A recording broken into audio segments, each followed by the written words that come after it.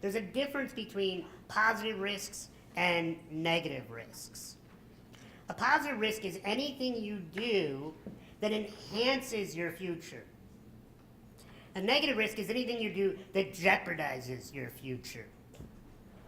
Now, you don't know how either one of them are going to work out completely. You don't know how the story's going to end. But I promise you that the negative risks you take are eventually going to catch up with you.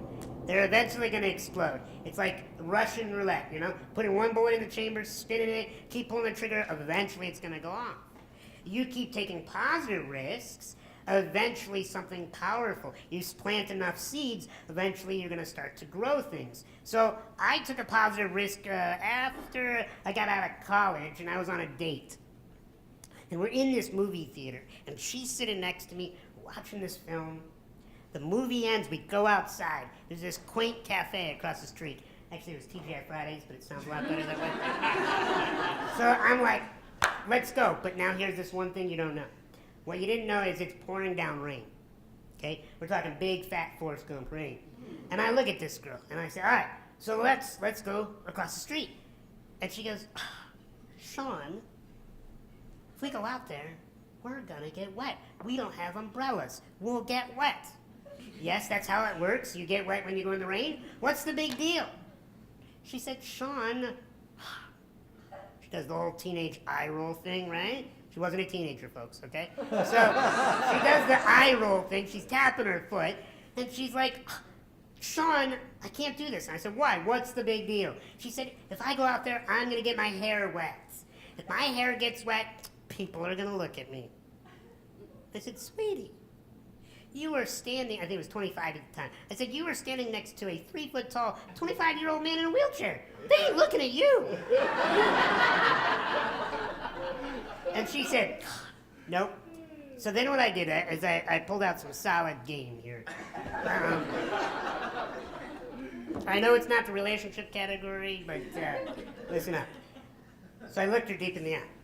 And I said, time out. Let's imagine 25 years has gone by. And we think back to this date. Maybe we don't even talk anymore, but we remember this date where it's just pouring down rain. And we ran out in that parking lot, we looked deep into each other's eyes, and we laughed. Isn't that a memory you'd be willing to create right now? No. She says no. I mean, that was my best stuff, right? You can't get better than smoother. So I'm thinking I was shot down in that moment, right? However, I took a positive risk because I got a lesson from it. Here was the lesson. In that moment, I realized, A, that was not the girl for me. B, I only wanted to date women who are willing to run in the rain. Literally and metaphorically speaking. And then it just branched out, and my mind was like, no, it's not just about dating. I only want to surround myself with people who are willing to run in the rain. What's the worst case scenario? You get wet, your hair gets wet, your clothes get wet, people stare at you, big deal. They're thinking about themselves. If you get so caught up in like, well, what does my neighbor think? Or what does this person like me?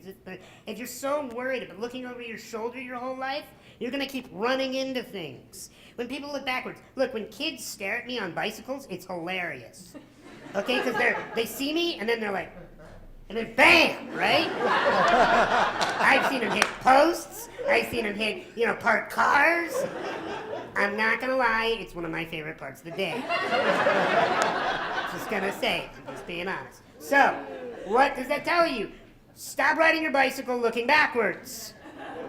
Look forwards. Look to who you want to be. I think the reason why you need to come to Lifebook is that you put so much energy, time, money, resources, attention, affection on everybody in your life.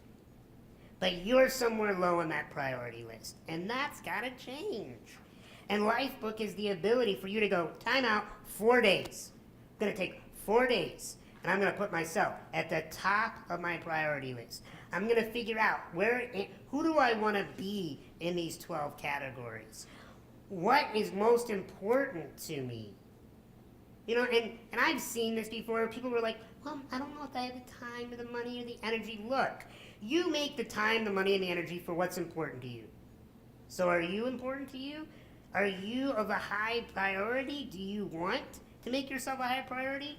Because think about this. I've been in personal growth for 14 years. I've been to practically every personal growth thing that you could think of. If you were to name it, I've probably done it. I've been to the seminars. I spent hundreds of thousands of dollars over the course of my lifetime going to programs, putting my time and energy into things. And I'm telling you, Lifebook, bar none, and I explained this to John, it bugs me. And here's why Lifebook bugs me. It's better than anything I've ever created. And when I went through it, I'm like, damn, should have thought of this one. And that's when you know you got something. That's when you know that something's worth it. So if you're sitting there going, oh, they're going to want me to go through this program, you're darn right they are, as they should. Because when you believe in something, you will show up sharing it with as many people as you can. You know, one of my hopes is to get everyone. I've got my father. Dad, raise your hand. Raise your hand. Everyone say hello, Dad. So my dad's gone through the program. My mom's gone through the program. I'm going to get my sister, my best friend. I'm going to get people in my life through this program. Why?